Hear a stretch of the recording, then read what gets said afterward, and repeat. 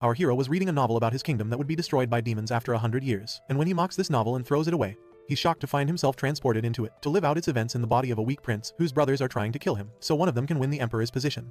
But he challenges everyone and becomes the strongest. The servant enters to the emperor carrying his special meal, asking him to eat, emphasizing that everyone is worried about his health, and that he hasn't eaten anything at all for a long time. Emperor Agnes watches her and tells her that she is despicable. The servant is shocked by his words and quickly apologizes, telling him that she will remove the food from before him immediately, and that she didn't know he wouldn't like it. Agnes tells her to calm down, adding that he wasn't talking to her, but rather meant the book he was reading, and that this book is called the Book of Borsmeer. He wonders indignantly how such a filthy book entered his palace library. The servant is surprised and asks him about the content of this book that caused him all this anger. He answers that it's a book that imagines the fate of the kingdom and his family 100 years from now. He explains that the kingdom had entered into war against the demon king and his army, but it refused to help the hero, so the kingdom and the ruling family were destroyed. Because of this, his family became famous for treachery and cowardice because they betrayed the hero, and the world suffered because of them. Agnes gets agitated and says that the bastard author included so many details in the book as if he had seen the future himself. He throws the book away and says that bastard doesn't know his strength or his family's strength, and that it's impossible for anyone to destroy his kingdom and family. He adds that this matter isn't important, and that the mistake was his for reading a novel by a failed writer, trying to attract attention by insulting his family. He asks the servant to return to her work and that he will eat by himself. She answers, very well, and leaves him quickly. Emperor Agnes remains thinking about what he read, in a state of anger, telling himself that he achieved great accomplishments by unifying the first human kingdom to face the demons, so much so that even the demons themselves respected him, and that he was known as the strongest emperor in the world. But he admits to himself that this was a long time ago, and now he has no goal in life, having achieved everything he wanted. There isn't a single piece of land on the continent that isn't under his control, yet he feels extremely bored. He wonders if there's something he can do, as he doesn't want to live this boredom for the rest of his life. Then he decides to sleep and think about it later. Some time passes, and the events move to another place. We see one of the guards running away inside the youngest prince's palace, and this guard was wronged. He says to himself, what's happening? Where are the guards and where are the royal forces? There's no one protecting Prince John at all. He adds that Prince John is weak and lost his right to compete for the throne, but he's also a prince and should be protected. So why did everyone abandon him? The guard continues his escape, saying that even if this escape leads to his doom and destroys his life, he must keep Prince Jaeon safe. At that moment, he's surprised by the appearance of two assassins blocking his way. One of them attacks him, saying he should have abandoned the prince like everyone else and looked after himself. The guard quickly dodges his attacks, but finds the other assassin attacking him, trying to hit him. The guard gathers all his strength to face both attacks together. At that moment, one of the assassins rushes toward Prince Jaeon, trying to stab him, but the guard quickly moves him away before he gets hurt, telling them they are cowards with no honor. The assassin laughs, saying he should have run and left Jaeon, and now he will die with him. At that moment, more assassins appear behind the guard, preparing to attack him. The guard throws Prince Jaeon away from them and asks him to wait, promising he will save him and get rid of these bastards now, swearing by his honor as his personal guard. At that moment, the assassins attack guard Rito, trying to eliminate him, while he fights off their attacks and asks them who they are and who gave them orders to target Prince Jaeon. One of the assassins answers that they will both die, and he won't need to know the answer. Then another assassin heads toward Prince John and attacks him, saying he knows John's life was difficult, and no one loved or respected him, so he will free him from this torment and kill him right now. Fredo is shocked and calls out to Jaeon, asking him to dodge the attack and run quickly, but the assassin attacks him, saying he won't be able to escape, and it's better for him to die here instead of being an obstacle to them. Jaeon responds, shut up, you're not allowed to talk like that. The assassin is surprised when he finds his sword suddenly stopped, and he can no longer stab Jaeon. The head assassin asks him what he's doing, and why he didn't finish him off and end the mission. The assassin answers that he's unable to move, and his entire body isn't responding to his commands. At that moment, Jaeon awakens and asks what he's doing here, then gets up and grabs that assassin's sword, asking if a lowlife like him really wanted to kill him. The assassin asks for help from his colleagues, screaming for them to rescue him quickly because he can't move. His colleagues rush to attack Jaeon, saying they will get rid of him quickly, but Jaeon uses his special ability called Black Star Fall. An enormous, dark energy emanates from him, hitting all the assassins and eliminating them in one moment. Fredo was shocked by what happened and asked Jaeon about the truth of what was happening, confirming that it's impossible for this to be the Prince Jaeon he knows. Jaeon answers him, laughing that he's indeed not his previous self, and it becomes clear to us that he's actually Emperor Agnes, who has been embodied inside the novel he hated so much, after 100 years in the future and before his family's destruction. Agnes kept laughing, saying that apparently things are over, then recalls that in the novel he read there were many of his family members who die in the future, including a very weak prince characterized by unstable magic and a frail body that can't even support itself, and when he failed to prove his strength in the throne struggle, he was completely isolated. Agnes watches Joan and says he would never have expected to be embodied in the most failed character and weakest member in the history of the family he belongs to. According to what was mentioned in the novel, Jaeon was supposed to die in the assassin's attack on his palace, but he saved him at the last moment. Agnes adds that fortunately, he didn't transfer with just his soul, but some of his previous strength also transferred to Jaeon's body. Then he explains that his special ability that he retained from his past life is the falling black star ability, and without this ability he would have died in Jaeon's body due to his greatly weakened strength. Agnes examines his strength in Jaeon's body and feels that all his sensations and feelings are completely numb, realizing that there's something different about Jaeon's character, and that this boy had been suffering for a long time. Agnes says that if he's really embodied in the novel hero Baspid, this means the last ambush isn't important, because 3 years from now, the demons will attack the human world, and the entire kingdom will be destroyed. Because of his family's betrayal of the hero was forced to fight the demon king's army alone and lost, and the kingdom was destroyed shortly after. Agnes admits he doesn't know exactly what's happening, but he might return to his body in the real world at any time, so he sees that he must save this world first and will change everything here. He continues, saying that the most important event in the near future will be the first battle between humans and demons 2 years from now, and he must prevent the division that will happen in the kingdom as a result of family conflicts, so they can face the demons with integrated strength. He notices a problem that his body is currently very weak, and worse than that, the Black Star ability didn't transfer with its full power, so its current ability is much weaker than the original. He wonders how a side character like him can save the world, finding it difficult to trust anyone here, and there's severe danger as he might die at any moment. Agnes feels his heart beating for the first time with fear, and keeps laughing, saying he remembered this enjoyable feeling. Now he's afraid and feels tense, seeing that he's the weakest here, and there are many who want to eliminate him, even the demons, considering this the pleasure he sought throughout his life. Jaeon decides he should first cleanse his surroundings and search for the bastard who tried to assassinate him and deal with him. Jaeon leaves his room while inspecting the surroundings. Frail is surprised and asks if he's alright. Jaeon responds that there's no one on earth crazy enough to try to assassinate a prince from the royal family except Agnes himself, meaning the person responsible for this incident is extremely powerful, and it's very likely to be one of his brothers or family members, which is why the guards weren't present when the assassins attacked. Jaeon tries to leave the palace, but one of the guards stops him asking about his destination. He answers that he will go out to stroll outside the palace. The guard tells him he can't do this because night has fallen. Jaeon reassures him not to worry, as the place is safe and no one can hurt him, but the guard insists, saying they have clear orders not to let him leave. Jaeon laughs and asks if he received an order from a specific person, then attacks and kills him, saying that knights follow his orders alone, and he doesn't remember ordering any bastard among them to prevent him from going out. The other guard is afraid, so he clears the way for Jaeon and assures him he will carry out his orders, while Freddy was surprised and wondering to himself what's going on, noting that Jaeon wasn't this violent before. Jaeon goes out and contemplates the moon, finding it a blood moon, saying he's now completely certain he's in the novel's world. After that, all the guards in the palace arrive at Jaeon's location and ask him what he's doing and why he did that. Jaeon tells them that the attack wouldn't have happened if all the guards had been in their places, and accordingly, he considers all the guards here traitors except Fredo, mentioning that the punishment for a traitor is always known, and it's death. The guard captain asks him what's happening and why he killed one of the guards assigned to protect him. Jaeon answers that it's a stupid question, and he will execute everyone because of their betrayal of the royal blood. At that moment, the guards were surprised and asked Jaeon what he meant by his words. He answered them, saying that this guard was accused of committing numerous crimes like them, including neglecting his duties, insulting his master, and failing to follow orders, the latest being his escape from the palace during the attack, and because of that, he had to be punished by death. Then he explained to them that he, as prince of the kingdom, had judged them all for treason and that their fate was now death. He asked them if they had any confession or final wish before their execution. The guard captain became angry and said that the prince had discovered their betrayal and their participation in the assassination attempt, and this meant they had no choice but to act. He ordered his soldiers to draw their swords and assured them that they would get rid of Prince Jaeon in accordance with their orders. Jaeon was laughing and saying that this situation was entertaining, as no one in his previous life had ever dared to betray him. The guard captain attacked Jaeon, saying he would finish him off, but Jaeon continued laughing and told him that he had asked him to confess his crime before his death, but he hadn't done so and instead added another crime. The captain told him to shut up and die, then attacked him with all his strength, but Jaeon easily dodged his attacks and responded with dark magic, saying he would add to his crimes the attempt to assassinate the prince himself. He explained that it wouldn't make a difference because he would die anyway. The guards and soldiers were amazed when they saw this power, and said it was impossible for the weak Prince Jaeon to have easily defeated their strong captain, and Fredo was shocked and couldn't believe what happened, saying this wasn't the prince he knew. Then Jaeon addressed the soldiers, saying he could eliminate them all as he did with their captain, but wounded dogs are better than new dogs, and they now knew their fate, and from this moment they would obey no orders except his alone. Fredo and all the soldiers bowed before him, declaring their loyalty to him, and Jaeon was laughing, saying he hadn't felt this fear in his enemies' hearts for a long time. The next day, Jaeon began his training in the palace using his special ability, saying that if his calculations were correct, he would soon be able to raise the power of the falling black star to 1 star. At that moment, Fredo came and told him there was a guest who wanted to meet him. Jaeon asked him about her identity, and he answered that she was his fiancée Priscilla. Then Jaeon remembered from the novel that Priscilla was an important character known as the Princess of Bad Luck, and he hadn't known before that she was engaged to Jaeon in the novel. Jaeon went to Priscilla to meet her, and she apologized to him, saying she didn't want to waste his time, and explained the reason for her visit. Then said she came to ask him to break off the engagement between her and him, and she realized the timing was bad, but she was forced to do so, and pointed out that if he objected, they could reach an agreement. Jaeon told her he wasn't interested and agreed to her request. Priscilla was surprised by his response and asked him what he meant by his words, but he left her and departed while repeating his agreement to break off the engagement, and promised to send an official letter to her family and the royal family when he had the chance. Priscilla was shocked, wondering what was happening and why he agreed so quickly, and when Jaeon left, he was surprised by Priscilla's guards lining up in front of him, where one of them stopped him and asked him to return inside and apologize to Priscilla. Jaeon asked him what he meant by apologizing, and the guard answered that Priscilla was from distinguished nobles, and he shouldn't have treated her this way. Jaeon laughed, showed his boldness, then immediately gave his opinion on the guard's demand. Meanwhile, Priscilla was in her room, wondering what was happening, and why Jaeon abandoned her so coldly, even though he used to beg her family to let him marry her, and she felt that Jaeon was the one who broke off the engagement, not her. She decided not to let him reject her like this, so if the engagement had to be broken off, she would be the one to do it. She left her room to call him and tell him she needed to talk to him, but she was surprised that Jaeon had defeated her personal guard and overcome him easily, and said in amazement that it was impossible for Jaeon to defeat her family's strongest knight Griego without even touching him. Another guard tried to attack Jaeon using his magic, but Jaeon attacked him and almost killed him, but he changed his mind because he found him too weak to be killed, then struck him with a dark aura that severely injured him, then grabbed him and told him he had forgiven him this time and threw him next to Priscilla with a warning to know his place, and that they were just insects in his way that he would crush whenever he wanted. Priscilla was shocked by everything she saw, and said this wasn't the Jaeon she knew, as he had been a cowardly weakling. Jaeon told her to take her guards and leave the place, pointing out that he had forgiven them out of respect for her and her family only, but if it happened again, he wouldn't spare their lives. Priscilla ran quickly after Jaeon and told him to wait and said she wanted to talk to him, but Jaeon found her an annoying girl and asked her what she needed, confirming that there was nothing to talk about between them anymore, as she was no longer his fiancée. After Priscilla asked Jaeon Jaeon to allow her to stay in his palace for some time under the pretext of attending the procedures for breaking off their engagement. She assured him that her presence wouldn't bother him, and she was just waiting to finish the official matters. Jaeon initially answered with refusal, but then thought about it, wondering to himself what benefit there was in driving her away at this time, especially since he might use her magical ability to discover hidden enemies inside the palace who were difficult for him to identify. He finally told her she could do what she wanted and stay in his palace, so Priscilla was happy and thanked him, promising herself to investigate more about his new mysterious personality, as he seemed completely different from what she was used to before. 3 days passed during which Priscilla was extremely annoyed. She had only seen Jaeon once. Despite thinking he would have initiated conversation with her since he agreed to let her stay, she began wondering about the reason for his sudden change, and about that strange energy he used to defeat the guards easily. She thought she had to discover his truth today, and not allow him to ignore her anymore. She went where Jaeon was training with his soldiers, and called to him, protesting his disappearance from her for 3 days. She asked him about the reason for allowing her to stay when he constantly avoided her. Jaeon stopped her, speaking calmly, and asked her to speak to him with respect, befitting his position as a prince and her status as a noble, and reminded her that she was the one who asked to stay in the palace, and he wasn't even obligated to talk to her. Priscilla was surprised by his words, and promised not to bother him again, then left silently. As for Jaeon, he ignored her completely, and asked his guards to increase the night security procedures for a full week, in addition to providing them with strong armor in preparation for any emergency. Another 3 days passed, until a group of assassins began attacking Jaeon's palace again.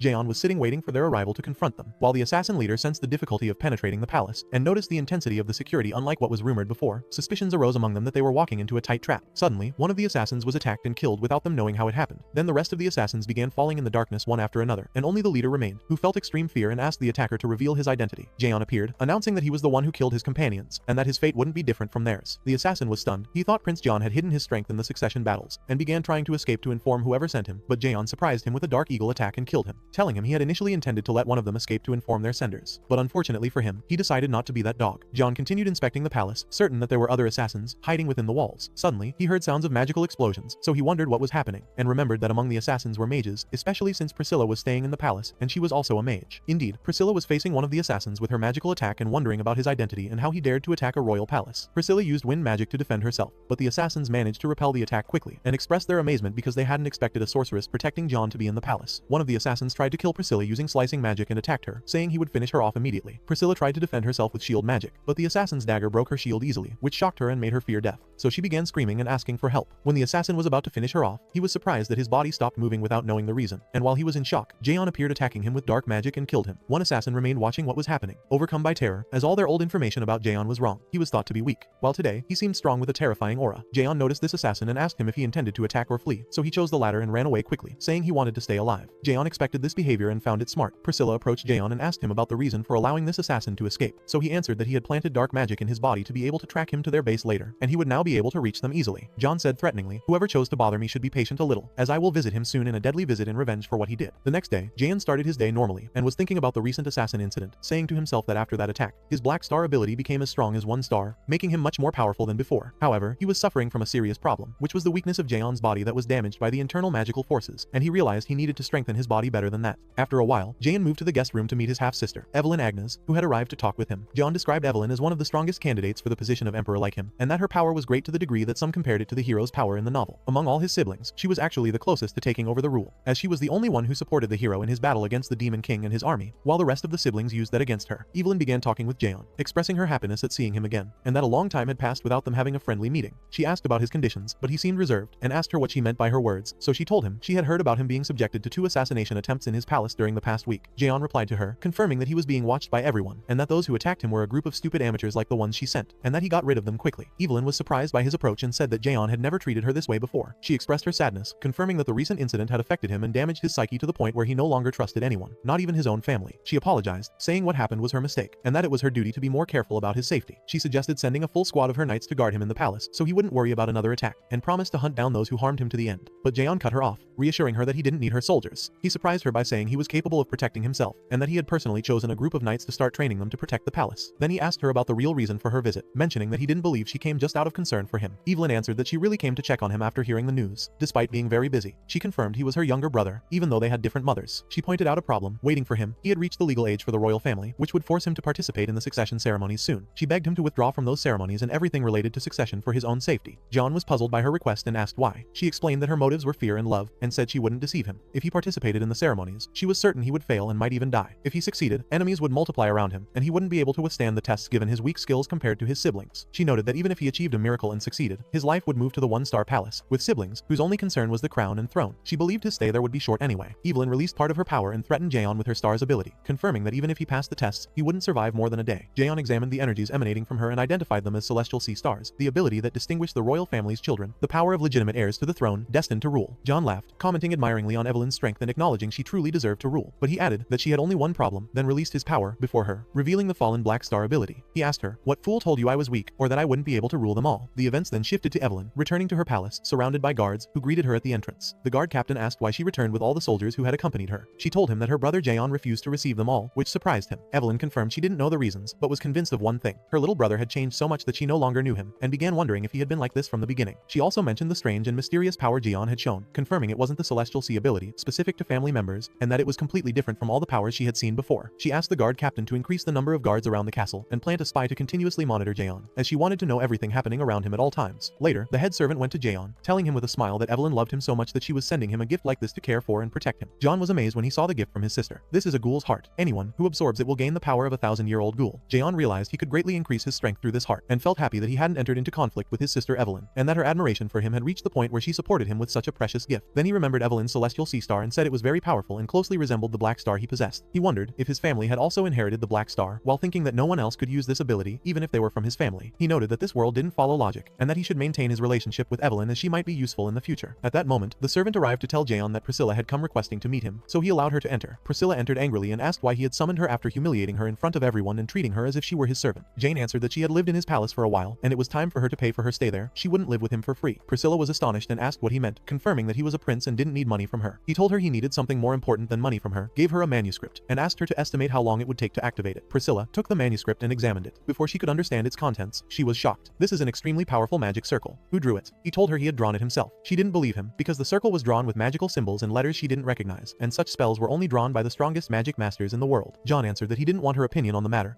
He had asked about the activation time. She said if she started feeding it with her magic now, it would be ready tomorrow. Then she added in amazement that she hadn't known Jaeon was talented in magic to this degree, and from her analysis, the circle was a detection spell aimed at forcing something to appear. She promised to start implementing the circle, but wanted to know his purpose for it, describing the magic as strange. John told her he intended to use it for hunting, and that he had people he needed to get rid of. The next day, Jaeon gathered all the servants and guards in an emergency meeting in the palace training yard. The maid Lenny asked the head servant Sean about the reason for the meeting. He answered that he didn't know, and that Prince Jaeon had changed to the point where he now feared him, preferring to carry out his orders without question for fear of death. The maid confirmed she also felt afraid of him, as it had been a long time since she last felt this way, and that news about Jaeon was spreading throughout the entire kingdom because of his actions. Jaeon addressed everyone and asked them not to move from their places, requesting Priscilla to begin activating the magic circle immediately. Priscilla agreed and began pouring her magical energy into it. The magic started spreading and affecting all present servants and guards. Lenny noticed a strange change in her body due to the magical light and didn't understand exactly what they were doing, but she realized they were in danger. She tried to ask the head servant Sean, who seemed tense and unable to answer due to the magic filling the place. In the next moment, Priscilla cut her finger and dropped her blood into the heart of the circle. The second part began activating, and Sean was shocked and screamed, demanding they stop what was happening. But he lost control of his body and began transforming completely into a terrifying monster. Jaeon watched the situation. This circle is called the enemy detection circle, and it emits powerful detection magic that reveals any disguise within its range. Priscilla was surprised and asked about the identity of the monster that appeared. He simply answered that this was their enemy in its true form. Then he explained that the enemies of humans in the kingdom in the story were monsters who served the demon king and helped him return, and he had learned that these monsters had infiltrated the kingdom disguised as humans to serve their interests. At that moment, the monster attacked Priscilla, trying to eliminate her. She called out, asking why it was attacking her and not John, who had exposed it. The guards intervened to protect her and announced they would fight the monster. Jaeon said it was natural for the monster to attack Priscilla, known as the unlucky princess, since her family's blood was described as evil blood, and monsters greatly preferred it. He pointed out that according to the story's events, the monsters would capture Priscilla in the future and take her as a blood source in their kingdom, keeping her tortured between life and death for her entire life, which is why she was known as the unlucky princess. The guards tried to confront the monster, but to no avail. Even the weakest types of monsters easily surpass 6 ordinary men in strength, and facing them is nearly impossible for any human without special abilities. Jaeon kept watching and telling himself he would have to intervene personally, as he didn't want trouble or chaos in his palace right now. Jaeon moved to the confrontation area, facing the monster himself. Priscilla was shocked and asked why he was risking his life. He was a prince and wasn't supposed to endanger himself. At this moment, the monster attacked John with full force, laughing and threatening to eliminate him. John didn't hesitate. He gathered his black energy, grabbed the monster, and examined it carefully, saying he had never dealt with monsters like this before. It had 2 hearts. While the monster tried to hit him and push him away, Jaeon attacked again, provoking it with mockery, asking if it was afraid. The monster screamed, "Shut up. What kind of magic is this? How did you force me to appear? This is a strange power I've never seen in my entire life, even among monsters." Then, "Who are you really?" Flay. It swore it knew Prince Jaeon well, and that this young man was definitely not him. "My identity isn't important. What matters is that you're my enemy, and you're going to die now." The monster screamed that it hated deceivers, swearing that if it defeated him, it would take him to its kingdom for interrogation, then threatened that he would regret this insult. Jaeon replied mockingly that it was just a trivial monster to him. He gathered the black star energy and used shadow magic to easily block the monster's attacks, which amazed the creature. Then Jaeon expressed his sarcasm, saying it wasn't strong, and he had warned them from the beginning. Then he launched the shadow spear, which dealt fatal injuries to the monster and eliminated it completely. Jaeon was thinking that if his ability hadn't developed to 1 star, he wouldn't have succeeded in the confrontation. He needed to restore his full powers and continue strengthening his body. He also thought that ordinary human bodies might not be able to handle the Black Star at full energy. He noticed he had destroyed both hearts and the monster's magical center, so it could no longer send information to its companions before dying. At that moment, a large number of panicked knights entered the palace courtyard. A knight named Alex stepped forward and introduced himself as being from the White Lion squad, saying he had come to protect Jaeon. He asked what had happened, and Jaeon learned from them that these were the guards Evelyn wanted to plant in the palace. Jaeon told them nothing had happened worth their concern, and that he himself had eliminated the enemy that appeared without calling anyone and hadn't needed help. Then he pointed out that they shouldn't storm his palace again without his permission. In another scene, we encounter one of Jaeon's brothers, one of the major princes. His assistant arrived and told him there was a problem at Jaeon's palace. The prince was surprised and asked for details because the assassins he had sent there failed despite Jaeon's weakness. His assistant replied that there was news about another incident unrelated to the assassins, and spies close to the palace spotted massive dark magic appearing inside it. They tried their best to understand what happened, but all their spies in the palace were eliminated, and even the servants became afraid to speak any information. The prince said it didn't matter much, but he ordered sending more spies to watch the palace because something strange was happening, and emphasized that he should monitor everything. Before the assistant left, he told him about a circulating rumor. Jaeon had changed a lot in a week and became violent, and anyone who wronged him was killed immediately. He also developed enormous unknown powers that nobody knew the secret of. The prince commented dismissively that Jaeon had been a failure since birth and was a disgrace to the family, comparing him to an angry worm that wouldn't be able to hurt anyone in the end. The assistant told the prince there was a rumor that Jaeon decided to participate in the throne struggle, considering it unexpected. The prince replied confidently that there was no need to worry, describing his brother as stupid and saying he no longer needed to try assassinating him because Jaeon would perish on his own through the succession ceremonies. He asked his assistant to confirm if they had influence over this year's ceremony tests. The assistant confirmed they could indeed interfere, so the prince asked what he needed. He replied, laughing, that he wanted to make Jaeon's coronation ceremony a fun party, and they would make sure Jaeon never came out of it alive. At this time, Jaeon was walking around the city, contemplating, telling himself that only 1 week remained before the coronation ceremony began, and he had to solve some problems before that. He searched the city for a specific place the novel described, until he reached an old building. He identified, this is the headquarters of the secret Moonlight organization, but it's just a front. The truth is this is a branch of the famous Moon Eye intelligence organization. He noted that the whole city knew this place, and entry was allowed for certain people, but that was just a cover. Jaeon entered the disguised restaurant and soon the waiter came to ask for his order. He answered with the password, Moonlight Soup. The waiter was surprised, then asked Jaeon to follow him downstairs, where the secret entrance to the building was. There, the waiter brought him to the branch manager's office. She was surprised that he was the first actual client to request service from this place, telling him it was a rare case. Jaeon confirmed if she was really the manager and told her he wanted to request information, but the manager insisted he identify himself first. She said the branch itself had opened recently, and nobody knew anything about it except a few people, and it wasn't even in the information of other branches. Therefore, she insisted he tell her how he reached them. Jaeon dodged the answer, saying they usually didn't need the client's identity, so if she wasn't in dire need of his money, there was no need for the deal. When he tried to leave, the manager ordered the guards to stop him. They attacked him, but he surprised them, and completely froze their bodies using dark power. They stood shocked, wondering why their bodies stopped, so Jaeon told them mockingly that they were skilled but rude, and this way he probably wouldn't deal with idiots like them. He used his power and easily took down everyone, threatening to destroy the entire branch but pardoned them, settling for punishing them for raising weapons against him. Jaeon easily eliminated all the assassins who attacked him, then approached the manager and said, "Are you still worried about my identity? I think I've proven it sufficiently. All you need to know is that I'm powerful, and you're obligated to fulfill my request without additional questions." He concluded by asking if she objected. She replied fearfully that she wasn't, and they would do everything he wanted and provide it free as an apology for what happened. Jaeon told them his requests and left, informing the manager she would contact him when the information was ready. The manager, Irene, remained stunned by what happened. She said his quick defeat of the organization's best assassins was unbelievable, and found his request simple. He wanted information about the Black Forest and requested a forged identity. The waiter came and discussed with her the danger this mysterious royal client represented, again suggesting caution in dealing with him. Irene agreed and ordered their best spies to be put on watching him, as they were now involved with someone from the imperial royal family. Agnes, she had examined his distinctive gray hair during the fight. She commented that they couldn't afford to be enemies with a man of such power, but needed to know his intentions, especially why he left the royal palace in disguise. She also recommended gathering all the information he wanted about the Black Forest, and emphasized the need for maximum caution, because just becoming his opponent would mean their end would be near and swift. The waiter agreed to Irene's orders, and said he would immediately start gathering all necessary information and send spies to monitor Jaeon and uncover his identity. Irene sat thinking about Jaeon and tried analyzing his power, unique personality, and overwhelming presence. She began strongly suspecting he was one of the imperial family's sons and maybe even one of the throne candidates, but she wanted to confirm for herself. We then moved to Priscilla, who was angrily wandering the palace, feeling Jaeon's continued neglect since her arrival. She blamed him for only using her to activate the dark magic circle and expose the disguised monster, then completely ignoring her, without explaining any details, despite her effective help. She guessed the main royal palace might indeed have information about what happened, but didn't want to risk contacting them. She went directly to Jaeon's room to demand a meeting and get explanations. The guards at Jaeon's room confronted her and prevented her from entering. She protested that she had the right as his fiancé, but Alfredo told her that his master, Jaeon, forbade anyone from entering, and he was currently busy communicating with major families about the incident, which was a lie, and completely forbade leaking information about the monster outside the palace. Priscilla insisted, considering herself not a stranger or just a guest, but his fiancé, but Alfredo confronted her with the question of whether she really was, so she got confused and remembered she herself had requested breaking the engagement. Then Alfredo delivered John's message. He no longer needed her in the palace, and if she didn't want anything, she should return home. Priscilla was shocked by his attitude and became extremely angry. In the same context, Jaeon had left the capital and was now traveling by magic train heading to another magic palace. He was amazed that there were actually magic trains, and asked himself whether his kingdom would really develop like this after 100 years, as the novel said, vowing to himself not to let his descendants surpass his achievements in technical development. He activated his detection ability and discovered that Moonlight Organization spies were indeed following him. He expected this and deliberately left his gray hair visible to scare them into taking him seriously and executing his requests quickly, as his goal from the beginning was to control them and benefit from the organization. He recalled details from the novel. The Moonlight organization would later transform into a secret guild supporting the hero against the monster army, and would sacrifice hugely for the hero after everyone abandoned him, even his family and kingdom, without compensation. This is why he came to them himself to personally verify the event's accuracy and have influence on their course. The train employee announced to everyone they were approaching Rowan City, so Jaeon prepared to get off. When he stepped off the train, he thought about his need for a new assistant, finding that the Royal Knights didn't have sufficient talents and training them would take a long time. He decided to use his future knowledge and the novel to choose a worthy assistant, as he knew that person would be here in Rowan City. Jaeon entered the city and watched it carefully with extreme alertness. He was certain he was in exactly the right place and time. He knew from the novel that every month there was a harsh religious purification event for the city's residents, and this particular month the city would be destroyed after the purification incident, and the destruction would originate from the Black Forest, which alone held the secrets of the residents' true identities. He wanted to enter the Black Forest, and this was only possible with permission from Baron Rowan, who had influence in the place, which was extremely difficult. Jaeon went to the security station, and there used shadow energy to summon the spy watching him, threatening her to come out immediately or be killed. The female spy appeared, collapsed from fear and surprised by his complete exposure of her. Jaeon told her he didn't want to interfere with the Moonlight organization's original mission, but he had a special and urgent mission for her now. The girl looked at Jaeon with amazement and astonishment, with signs of real shock drawn on her face. She asked him in a choked voice, having noticed his absolute insistence, "How did you know I belong to the organization? I left no trace behind me and no one saw me at all." But Jaeon remained stone-faced, looked at her with a cold gaze that carried no hesitation or softness, and interrupted her with a commanding and firm tone. "Shut up now. I only care that you focus on my request. What I'm asking of you is much more important than your loyalty to that little organization of yours. Gather every possible piece of information about the mercenary recruitment competition that will take place at Baron Rowan's palace. I also want to know everything about those people in the city who bear a lion's head tattoo containing 6 stars. All the details, names, locations, and even their old secrets." The girl's eyes widened more, and she got confused as she replied, stammering in a tone full of worry, "Sir, I don't understand exactly what you're talking about. Information this precise about the tattoo. Why those people specifically? I have no idea about the meaning of what you're asking me." But Jaeon didn't care about her justifications or attempt to understand, and interrupted her again as he turned his back to leave. "Just carry out the order as I requested from you." Meanwhile, the events shifted to Baron Rowan's palace, where Ryan entered to see her father with determination and strong resolve in her eyes. "This is our only chance for survival. This is my chance to free this people from the grip of those bastards who call themselves the Purifiers. They're the cause of the city's corruption and our people's pain. I must act." The Baron, his worry increasing, asked her, "But how will you get rid of them when they possess the power that has maintained the city's balance for years? Your ancestors who had the ability to use the seal's power failed at more than just containing the demon's evil." Ryan interrupted her father, showing extreme anger. "Enough talk about ancestors. All you do is sing the praises of past heroics and forget your people's suffering today. If our history really matters to you, why do you let the Purifiers control us like this? How many times have they made us suffer?" Then she left him, extremely angry, and spoke to herself. Always the same talk about the ancestors who saved the kingdom from evil, but he forgets that the Purifiers doubled the people's suffering compared to what they saved them from. How long will we live under their mercy? Ryan headed to the training field, and her teammates' gazes followed her in silence, having noticed her tension. One of her teammates approached, looking curious, and asked in a low voice, "Ryan, why are you so agitated today?" Her other teammate, Ragno, immediately intervened mockingly. Obviously, she fought with the stupid old man again. When will she give up her stubbornness and listen to some wisdom? "Actually, I don't listen to anything that comes from him." Lian, one of the friends, intervened, trying to calm the situation. "Ragno, speak respectfully. You're talking about Baron Rowan, owner of the land we stand on. Whatever your differences, you should respect him." Ragno replied stubbornly, "He still puts his family's interests above everyone else's good. That's the real reason for our problems." Lion tried to control the discussion. "Stop arguing. This won't help us with anything." Ryan tried to change the subject and ask them about the mercenary recruitment situation. "Have you found someone strong who deserves to join our ranks?" Ragno answered mockingly, "You can watch the applicants yourself. Most of them are just pathetic bastards. Their presence in any battle is completely worthless." Lian confirmed what Ragno said. "He's right. We're wasting our time with these weak numbers. No one among them has caught attention so far." Ryan felt disappointed and didn't think everyone would be at this level, but she turned to Hart and asked for his opinion, so he answered confidently, "Actually, there's only one person I think isn't like the other mercenaries. Since he entered the arena, I felt he was special. I suggest you watch the arena. He's there now." So all eyes turned to the arena, where the mysterious mercenary Epi Jaeon was disguised, so no one would recognize him because of his hair color. All the mercenaries gathered inside the arena, while everyone was watching Ryan and her group in amazement, and some were whispering to others, "This group is dangerous. They're some of the strongest hunters in the northern region. What brought them here?" As for Jaeon himself, he was watching the place with his sharp gaze, and spoke to himself, "The purification ceremony is about to begin. If I don't move quickly, the city might end up destroyed, just like in the original novel." But he finally noticed Ryan's presence and said with hidden joy, "I finally found her. This legendary girl who will one day be one of the hero's most important helpers. She's the owner of the rare talent that appears only once every 1,000 years. In the future, she'll be known as the strongest spear user ever and owner of the heavenly spear. But she hasn't matured yet. The Great War hasn't begun. I must take advantage of her appearance during this period for my benefit and make her join under my banner." The referee suddenly announced on the field, "You. Get ready. Your match will start right now." Jaeon got up and prepared with calm steps and entered the arena amid looks of surprise and whispering among the audience. At this moment, Jaeon's opponent appeared, called Rio, a terrifyingly famous criminal. His name, known to all the city's residents and neighboring cities, but no security forces dared arrest him because of his tyranny and savage strength. Rio stood defiantly and looked at Jaeon and said sarcastically, "You're weird. Listen carefully. In this trial combat we're allowed to kill each other, so you'll remain the first victim today, and I'll make sure you have an unhappy ending." But Jaeon didn't bother to respond to the challenge and said indifferently, "Won't you stop chattering and finally start fighting? This duel is very boring." Rio got angry and said sharply, "You should have withdrawn before it was too late, but you'll pay the price for your stubbornness. You'll regret it." And he launched a violent attack using his spear, shouting, "I'll make you an example for anyone who thinks of opposing me." But Jaeon watched the situation with inner calm and said to himself, "Any physical attack in this world always carries strong points and weak points. If I use the strong points I can stop him simply, and by understanding his weak points, I'll avoid damage. Unfortunately, Rio's power is too weak for me to even need to use my special ability, Black Star, against him. Then, Jaeon began dodging Rio's attacks with unexpected lightness, avoiding all strikes with amazing ease. Jaeon dodged Yeon's attacks with stunning speed and incredible agility, then muttered to himself in a tone mixing boredom and confidence. Very weak. Attacks like these aren't even suitable for training. Impossible to hit me or bring me down. As he launched a lightning-fast counterattack, focusing great power in one strong and precise strike, which knocked Yeon down and threw him far from the fighting arena, to crash to the ground with force that raised dust around him amid everyone's shock. Jaeon then stood over the arena with calm confidence, saying to himself in an audible voice that was almost mocking, "Really, this is a waste of time." One of them shouted in amazement. "Impossible. He defeated him with just one strike. We've never seen power like this." Everyone was shocked by Jaeon's strength. They thought he was just a strange unknown beginner, but he proved in one moment that he possessed skill and power beyond their imagination. Even Ryan and her group kept exchanging glances, while in complete amazement. In the viewing corner, Hart was watching Jaeon with great interest, so he turned to Ryan and asked her with his eyes shining with real admiration, "What do you think of this man? I haven't seen anyone with this style. He's really impressive, and the strangest thing is he maintains the least effort in executing the finishing move. This is the sign of a real fighter." He completed his analysis. "Despite that, I think his body is weak. It's clear he doesn't suit the power hidden inside him. Maybe that's why he chooses precision and speed instead of relying on direct confrontation all the time." Ryan nodded in agreement and answered him, "Right, his strength is apparent, but I think he's hiding much more than he shows. There's something mysterious about this man." On the other hand, Ragno was angry and not impressed at all. He frowned and said sarcastically, "I don't understand why all this admiration for that bastard. In my opinion, he's so weak that if I hit him by accident, he wouldn't come out of here alive. I don't see anything special about him, just a fragile body that might suit wizards or those who use magic from afar only. But he's not a match for real fighters, and isn't suitable for close battles. And since he can't even use his physical strong points properly, it's impossible for him to be useful to us." Ryan sighed and said tensely, "Maybe you have some point. Yes, his physical strength is weak, and this is something I wasn't expecting after all the preparations and searching for mercenaries. I spent all this time dreaming of attracting great talent to our side, and in the end, even the mercenaries here don't offer anything worth mentioning." She confided to herself sadly, "The purification operation is about to begin, and it seems we must rely on ourselves to survive without anyone's help." But before she could finish her words, Ryan and everyone present were shocked by the sudden appearance of a strange person on the arena, appearing as if shadows had swallowed him for moments while he laughed with sarcasm and pride. His eyes were gleaming with an evil look, and a strange tattoo clearly appeared on his foot, a six-starred lion's head. Ryan gasped and stepped back, shouting in shock, "Impossible. This is the symbol of the secret purification organization members." As everyone knows that the purification organization is nothing but a cover for a secret network serving the demons and monsters sealed in the depths of the Black Forest. They're the ones who spread plagues and bring monsters and try to break the seals of ancient evil. No human or country has been safe from them. They're struck by endless curses wherever they go. The strange person spoke loudly while laughing. "You fools. You won't be able to stop us." The mercenaries immediately pounced on him, their voices rising. "Who is this scoundrel? Who let him in? Let's finish him off right now." At that moment, the person began transforming, abandoning his human form, and released evil energy that terrified all the leaders and fighters in the place. Ryan, having regained her composure amid the panic, stepped forward and shouted, "There's no place for evil here." She charged toward the enemy with all her strength, using her speed and weapon, and launched a devastating attack that completely destroyed him before everyone's eyes in an amazing moment. The rest of Ryan's group rushed to her, worried about her. They asked her quickly, "Are you okay? Did you get hurt?" She shook her head and said tiredly, "I got rid of him, but no one knows if he has companions hiding. Check the place quickly, be careful, there might be more. There might be more." She had barely finished her sentence when another shadow appeared, a monster disguised among the rubble. It laughed mockingly, its eyes glowing with evil. It addressed Ryan saying, "You're right. Haven't you figured it out yet? This was all a trap. We wanted to gather you all here so we could finish all the defending forces in one simple strike, with explosion magic." Heart sank and Ryan immediately screamed, "Everyone, get ready now. This was a trap to destroy us all. He's going to blow up the arena now." But the villain immediately began activating explosion magic, his body glowing with catastrophic energies, and suddenly, the place exploded with a terrible sound that nearly deafened ears. Chaos reigned for moments, but when the smoke cleared, everyone was surprised that the explosion hadn't harmed them at all, and the villain had already been eliminated. Amazement spread among them, and soon some whispered, "What happened? What power neutralized it like that?" Ragno and Leon approached Ryan and said, "We always knew you were strong, but we never imagined you could neutralize an explosion like that. What level of power have you reached?" Hart in turn said supportively, "That's right, even facing the purification organization, I think you won't need us after today." Razum smiled and denied it, saying, "You're all wrong. I wasn't the one who stopped the monster's attack or the evil energy. Didn't you notice? Just before the explosion, the strange mercenary Jaeon. He disappeared for moments, and suddenly appeared behind the monster. And then, amid the destruction, he released strange, magical energy, as if everything had stopped for moments. Jaeon succeeded at the crucial moment in stopping the massive explosion, and was able to use his unique power to protect everyone in the training field from destruction. The moment froze amid everyone's amazement, and with the explosion's effect gone, the field looked as if nothing had happened at all, while everyone remained staring in shock and questioning the source of that legendary power. Thanks to my knowledge of the novel, I can predict most events and avoid disasters even before they happen. If I didn't have awareness of the fate that awaited everyone in this place, a great disaster would have occurred now, and most of those in the arena would have been killed by the explosion. My defeat of the other mercenaries wasn't enough to attract Ryan's attention, but after preventing this attack and saving them all, I think I'm finally under her radar." Events passed quickly, and a day after that incident, Ryan gathered all the people who passed the elimination test from the mercenaries, and stood before them with a serious look saying, "From today on, you'll be one team with me. We'll face a dangerous raid, and need solidarity. Our next goal is to subdue the Black Forest and eliminate the demoness threatening our city. So I want you to get to know each other now. You're my colleagues from this moment." Jaeon kept watching with interest, everyone chosen for Ryan's group, realizing that all her main team members were already present, and with them also the girl Kyla, and her companion, Namni, who had come to the test secretly and were famous northern mercenaries as well. His attention was also drawn to another girl named Sari, as she was the only one who stood out with clear strength and was officially chosen from the mercenary gathering. He looked at her and examined her carefully, noting that she was hiding real power behind her calm features. Ryan asked everyone to focus with her, then began explaining the main plan briefly and quickly. There's a huge forest separating our city from the western side of the Salus mountain range. Everything in that forest is dark and black. The soil, trees, and even the air. That's why it's called the Black Forest. Since ancient times, anyone who enters the forest doesn't return from it, so passage through it was completely banned. No one escapes if they cross the magic boundaries. Sari interrupted her curiously. I've heard a lot about the Black Forest, and I know some stories about it, but what I want is the truth. Why now specifically do you want to execute a raid on it? What makes this time so dangerous? Ryan answered with a sad look. Long ago, it was said that my great-grandfather, the city's founder, faced the greatest evil when he came here. It was said he covered his body with dragon blood, so he gained their power and was able to defeat evil and destroy the source of corruption, then founded the city of Rowan. But the truth isn't as they tell it. The reality is that my great-grandfather couldn't defeat that evil, but used dragon blood and sealed the demoness inside the heart of the Black Forest. Since then, our city has been suffering because it pays the price for keeping this demoness sealed. She added, directing her gaze to the whole team. Everything we do from purification ceremonies and sacrifice festivals is just a way to appease the demoness and prevent her from breaking free and breaking the seal. Here, Jeon intervened and said with interest, so you're talking about the purification festival. It's the annual ritual where they offer sacrifice to the demoness to ensure she never breaks free. Ryan confirmed, exactly. After each purification festival, the purification arc process takes place, bringing criminals who are arrested in the city and throwing them to the demoness in the Black Forest as periodic sacrifice. I understand now. If you mention the purification arc, do you mean that all convicted criminals in the city are actually sacrificed this way? Ryan answered him with a hint of pain. Yes, not just prominent convicts. Sometimes they even choose those wrongly accused or those not proven guilty. For the demoness's sake and for tradition's sake, they sacrifice any number they reach. They used to tell children not to go near the square, and I remember when I was little, how I watched some innocents being driven by force to the ark and sacrificed without mercy, just to keep the demoness's seal in place, and make everyone feel false security. Ragno laughed sarcastically and said, now I understand your purpose from all this. At least now our participation in the raid has meaning, and we can feel that our goal is truly humanitarian and noble. Then Ryan added, the demoness inside the forest, her powers weaken because the magic barrier has lasted thousands of years, but precisely because of that, very few strong ones can enter the forest, and from here, our only hope of ending this nightmare is your success as a team. Here Kyla intervened and said to Ryan decisively, I'm convinced by your words and ready to fight, but there's one question that troubles me. Why did you choose this man, Jaeon, with us? At first glance, he seems as far from useful as possible, suspicious and weak compared to mercenaries. And Ragno agreed with her and laughed. I agree with Kyla too. I was surprised that you included him with us in the raid when he's honestly far from strength or distinction. No matter how much he tries to prove himself, I don't see anything in him that would help us in the mission. Here, Jaeon smiled mockingly and said to himself, Northern mercenaries are arrogant as usual, confident in their strength to the point of blindness, yet I know through my knowledge of the future that they'll be strong allies for me if I try to guide them well. My presence among them today will change a lot tomorrow.